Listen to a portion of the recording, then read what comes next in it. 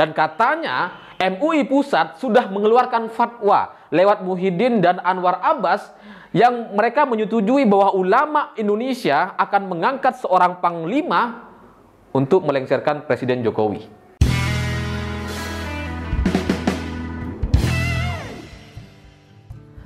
Selamat malam para mantan, selamat malam untuk semua mantan-mantan kalian yang terlihat begitu baik dan suci, tapi pada akhirnya tertangkap basah.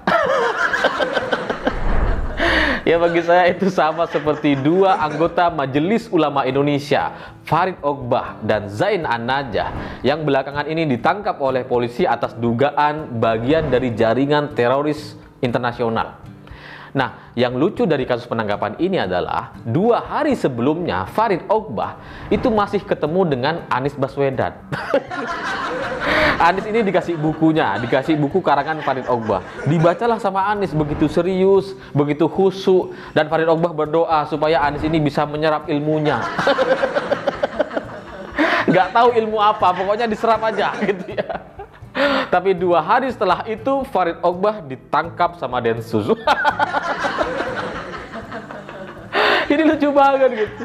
Katakanlah ini sebuah kebetulan, tetap saja kebetulan yang luar biasa lucu. Atau emang Aniesnya yang bawa apes. Karena di hari yang sama pimpinan Bank DKI juga ditangkap. Jadi kayaknya Anies ini emang bawa apes lah, bawa sial. Tapi seperti halnya banyak kasus terorisme di Indonesia, selalu ada yang membela. Jangankan yang masih terduga, bahkan teroris yang sudah meledakkan diri di lapangan di banyak tempat, itu masih banyak yang belain. Yang katanya mayatnya harum, yang katanya tersenyum ketemu bidadari. Pokoknya klasik banget lah. Penangkapan Farid Ogbah itu juga dibela oleh beberapa orang. Salah satunya adalah Anwar Abbas dan Mardhani Alisera. Anwar Abbas ini memang perwakilan MUI yang sering sekali bertolak belakang atau berseberangan dengan Densus 88 terkait penanganan terorisme di Indonesia. Nah, Anwar Abbas ini kali ini membela, mengatakan dan mengingatkan agar pemerintah jangan sampai dicap sebagai rezim yang melakukan kriminalisasi terhadap ulama. Bagi saya nasihat itu nasihat yang ketinggalan kereta gitu. Karena tanpa penangkapan ini pun jauh sebelum ini itu kan sudah dicitrakan semacam itu. Presiden Jokowi dan pemerintahannya melakukan kriminalisasi terhadap ulama. Jadi ya nggak ada bedanya gitu. Itu ibarat kita yang sudah terlanjur basah ya nyemplung sekalian. Ibarat kita dituduh nikah lagi ya sekalian aja nikah beneran. Poligami kayak PKS gitu ya. Lalu kemudian Mardhani Alisera, dia juga membela bahwa kita harus save ulama, jangan Islamofobia dan sebagainya. Ini ada pertimbangan-pertimbangan dan hitung-hitungan politisnya. Karena di kasus Kotak Amal seperti yang saya bahas di video sebelumnya, itu yang membela adalah Fadlizon. Karena Fadlizon dia maju sebagai anggota DPR dari perwakilan Bogor, daerah pemilihan Bogor, dan itu memang adalah basis FPI yang memang bagian dari jaringan kotak-kotak amal ini. Makanya Fadlizon ini menjadi juru bicara dari para pemilihnya. Tapi di Bekasi, Gerindra nggak punya kepentingan apa-apa, karena suara Gerindra di Bekasi jeblok. Nah, makanya yang membela PKS. Karena PKS di Bekasi sangat jaya sekali. Makanya Mardhani Alisera membela kasus ini dan kemudian mengaitkannya dengan Islamofobia. Bagi saya nggak ada hubungannya antara Islam dengan teroris. Karena teroris bukan Islam dan Islam bukan ajaran teroris. Bahwa kemudian ada sebagian dan ada banyak orang yang terlibat dalam kasus terorisme, itu sama sekali bukan bagian atau ajaran agama Islam. Karena saya beragama Islam, saya sejak lahir orang Islam, dan saya santri selama 6 tahun, saya belajar agama-agama Islam, dan keluarga saya semuanya Muslim, 100% gitu. Dan bagi saya nggak ada hubungannya antara agama Islam dengan teroris. Jadi Mardhani Alisera sebaiknya jangan menyeret-nyeret nama Islam atas kasus ini. Karena ini murni kejahatan, itu sama seperti kasus korupsi misalkan. Kenapa dalam kasus korupsi itu tidak dikait-kaitkan dengan agamanya, dengan sukunya, dengan partainya? Kenapa? Ya karena memang itu ya tindak kriminal dan itu kejahatan, ya sudah proses aja secara hukum. Kenapa untuk kasus terorisme seperti ini malah dikait-kaitkan dengan agamanya? Kenapa? Supaya kalian bisa membela. Supaya kalau ustadz, kalau ulama nggak boleh ditangkap. Aturan macam apa itu gitu. Dan dari banyak berita yang muncul di media, itu diberitakan bahwa Farid Ogbah ini adalah anggota MUI dan dia adalah Ketua Umum Partai PDRI, Partai Dakwah Republik Indonesia. Saya juga baru dengar tuh nama partainya. Kayaknya anggotanya belum ada itu kayaknya. Tapi ini sudah langkah maju gitu. Seorang yang terlibat dalam jaringan terorisme masuk bikin partai. Wah, ini kan bahaya sekali kalau sampai dia besar gitu ya. Jangan sampai kayak PKS nantinya. Bahaya negeri ini.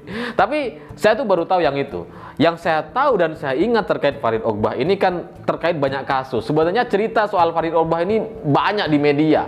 Sudah sering kita dengar selama bertahun-tahun yang lalu. Karena memang orangnya ini cukup terkenal dan dia sering kemana-mana berdakwah dan ceramah-ceramah yang ya ceramahnya kadang-kadang provokatif gitu ya. Atau kebanyakannya provokatif. Yang saya ingat dari Farid Ogbah adalah dulu pernah ada kasus di Bekasi, kasus orang yang dituduh mencuri amplifier di masjid. Lalu kemudian orang ini yang difitnah ini dibakar hidup-hidup sampai meninggal dunia di tempat. Barulah belakangan diketahui ternyata orang ini tidak berniat untuk mencuri amplifier. Nah, atas kesalahpahaman ini, atas tuduhan-tuduhan fitnah yang sudah sangat merugikan ini, kemudian muncul Yayasan IDC namanya, yang ketua Dewan Pembinanya adalah Farid Ogbah, yang kemudian menggalang donasi untuk keluarga yang ditinggalkan, untuk keluarga Zoya. Nah, donasi yang terkumpul adalah 651 juta, tapi yang diserahkan kepada keluarga korban hanya 251. 400-nya diambil yayasan. Ya memang dalam beritanya itu diklaim bahwa pihak keluarga ingin sedekah, ingin menyumbang kepada yayasan dan sebagainya. Tapi tetap saja itu sebuah kesalahan. Kenapa? Karena orang-orang yang menyumbang terkait dana ini itu mereka tujuannya untuk menyumbang keluarga korban, bukan menyumbang yayasan. Kalau dari awal sudah diumumkan bahwa 70% sumbangan yang didapat akan diambil oleh yayasan, saya sangat yakin jumlahnya nggak akan sebesar itu. Jadi inilah awal cerita soal Farid Ogbah yang saya tahu gitu. Kemudian juga di kasus berita Ar-Rahmah News dan kemudian VOA Islam yang sudah diblokir oleh Menkominfo. Itu menurut banyak sumber, orang di Bali itu adalah Farid Ogbah, dan media-media ini, website ini itu isinya itu membela kasus-kasus terorisme di luar negeri, seperti membela Taliban, membela Boko Haram, ISIS dan sebagainya. Jadi kalau kemudian sekarang Farid Ogbah itu ditangkap atas dugaan jaringan terorisme internasional, itu menjadi sangat masuk akal sekali. Sangat masuk akal sekali. Dan Farid Ogbah ini dalam catatan saya gitu ya, dia tuh pernah meng-share, membagikan foto anak-anak yang dimutilasi, yang dibunuh gitu ya. Lalu kemudian itu diklaim adalah korban perang Suriah. Ya memang perang Suriah itu menewaskan banyak orang, tapi tidak sampai. Tapi yang konten yang disebarkan oleh Farid Ogbah itu bukan bagian dari perang Suriah. Itu adalah foto anak-anak atas kasus pembunuhan di Brazil. Lalu kemudian Farid Ogbah juga mengklaim bahwa 45 juta warga Suriah itu mengungsi gara-gara perang di sana. Padahal warga Suriah sendiri hanya 24 juta. Dan ya kita tahulah pola-pola hoax semacam ini yang dilebih-lebihkan itu tujuannya apa? Donasi. Karena dari setiap cerita sedih yang ada di seluruh dunia ini, ujung-ujungnya ya donasi. Sama seperti Zoya tadi gitu, keluarga Zoya. Ada cerita sedih, orang emosi, diajak donasi, beri. Suriah juga sama. Setiap terjadi perang di Suriah, selalu ada aksi-aksi donasi. Dan kita tidak pernah tahu apakah dana tersebut benar-benar sudah sampai kepada Suriah, atau seperti terjadi kepada Zoya, keluarga Zoya tadi, 70%-nya diambil yayasan. Diambil pihak penyelenggara. Kita nggak pernah tahu gitu. Tapi pihak penyelenggara, yayasan-yayasan yang memang suka bikin galangan donasi atau yang suka nyebar kotak amal ini, yang bagian dari gerakan teroris di Indonesia ini, memang mereka memanfaatkan kelemahan masyarakat Indonesia yang suka memberikan bantuan, suka memberikan sumbangan kepada pihak-pihak yang sedang kesusahan gitu. Dan bahkan kan banyak juga ceritanya orang yang sampai jual rumah, jual tanah hanya untuk menyumbang kepada warga Suriah, dan mereka tidak pernah tahu apakah uang itu benar-benar sampai atau enggak. Tapi sudah, yang penting rasanya tuh sudah dapat pahala aja. Padahal belum tahu itu pahala atau enggak gitu, karena bisa jadi dananya digunakan untuk aksi-aksi terorisme di Indonesia. Tapi yang cukup menyedihkan dari penangkapan ini adalah Farid Ogbah ini bukan orang yang seperti Rizik yang cuma jaringannya ya terbatas gitu ya, yang cuma punya fans, punya organisasi yang kecil gitu. Farid Ogbah ini adalah, suka nggak suka harus kita akui, dia adalah anggota keluarga santri di Indonesia. Jadi saya tuh santri gitu, pernah santri 6 tahun, dan sebagai sesama santri kita tuh kita tuh mudah untuk mengetahui ini orang siapa sih dan ini lulusan dari mana. Nah, Farid Ogbah ini adalah salah satu lulusan dari pesantren yang cukup besar di Indonesia. Nah, tapi itu nggak masalah lah, itu satu orang gitu kan, dan itu saya pikir nggak ada hubungannya dengan pesantren yang tempat dia belajar. Tapi masalahnya Farid Ogbah ini itu juga menjadi orang yang mendirikan MIUMI, Majelis Intelektual Ulama Muda Indonesia. Nah, anggota MIUMI ini, itu jaringannya, anggotanya itu adalah pimpinan pesantren kiai-kiai di seluruh Indonesia. Jadi sebelum bikin video ini saya juga pikir-pikir cukup lama gitu, karena ini gimana konsekuensinya. Karena penangkapan terhadap Farid Ogbah itu akan mengguncang banyak teman-teman saya hari ini gitu, yang masih menjadi bagian dari keluarga pesantren terkait gitu. Jadi ini cukup menyedihkan lah, dan itu bahaya sekali karena begini. Karena selain dia mendirikan MIUMI, Farid Ogbah ini juga adalah ketua yayasan dari Al-Islam, Yayasan Al-Islam di Bekasi. Kebetulan juga saya dulu pernah ngajar di sana, maksudnya ngajar di Bekasi, bukan ngajar di Al-Islam, dan saya cukup tahu yayasan ini dan cukup besar, cukup mewah gitu bangunannya, sehingga penangkapan ini akan melibatkan emosi banyak orang. Ya karena gimana, misalkan ketua pimpinan pesantren ditangkap sama Densus. Ini kan pasti santrinya mikir, wali santrinya kepikiran gitu kan. Nah, masalahnya di pesantren ini juga isinya tuh ratusan orang santri.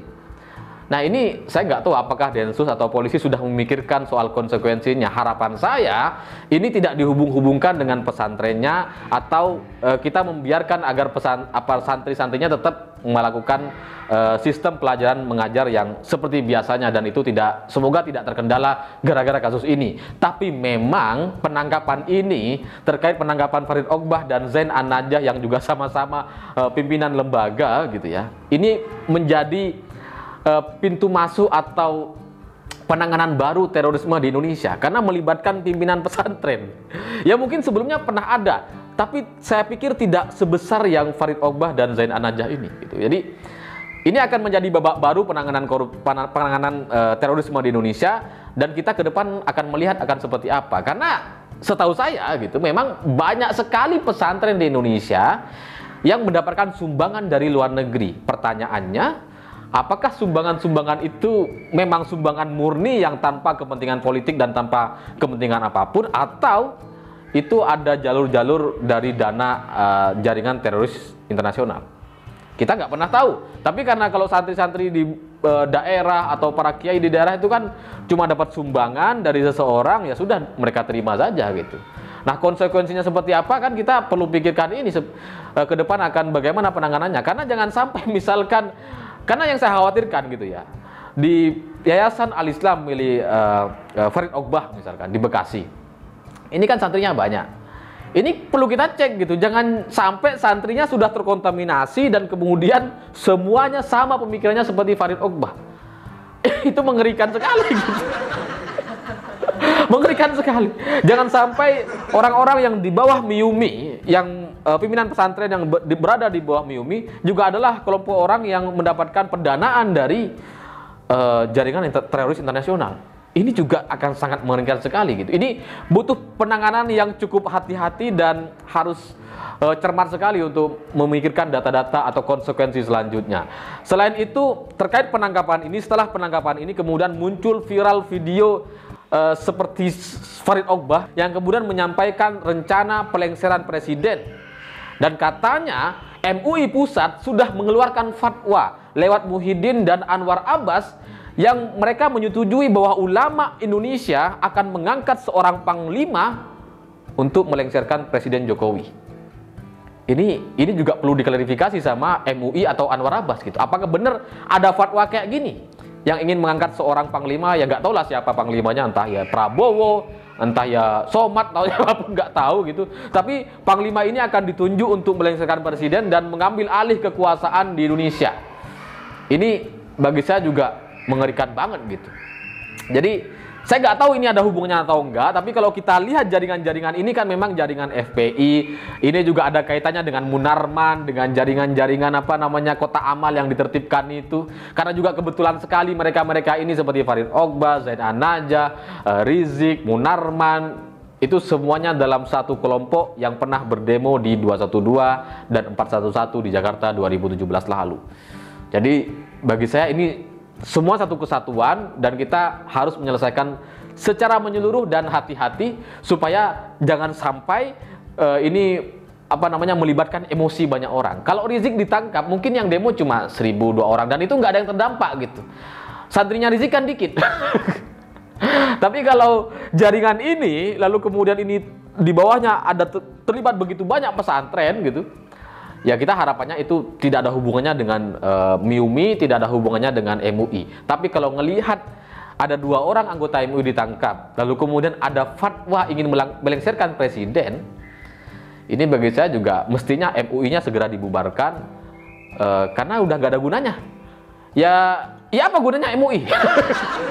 Kalau soal sertifikat halal pemerintah juga bisa kan gitu kan. Kalau soal fatwa, rasanya fatwa-fatwa MUI tidak berkualitas dan pasti lebih berkualitas NU dan Muhammadiyah. Jadi apa gunanya keberadaan organisasi ini kalau kemudian pada akhirnya hanya ditunggangi oleh jaringan teroris internasional? Saya pikir itu. Terima kasih sudah menonton.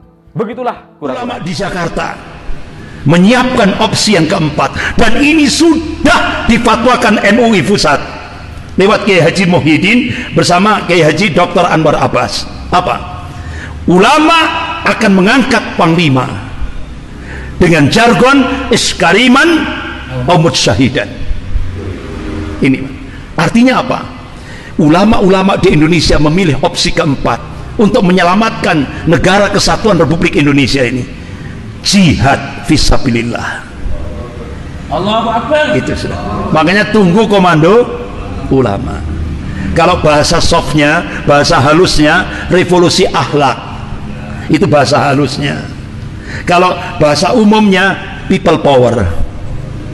Itu Pak.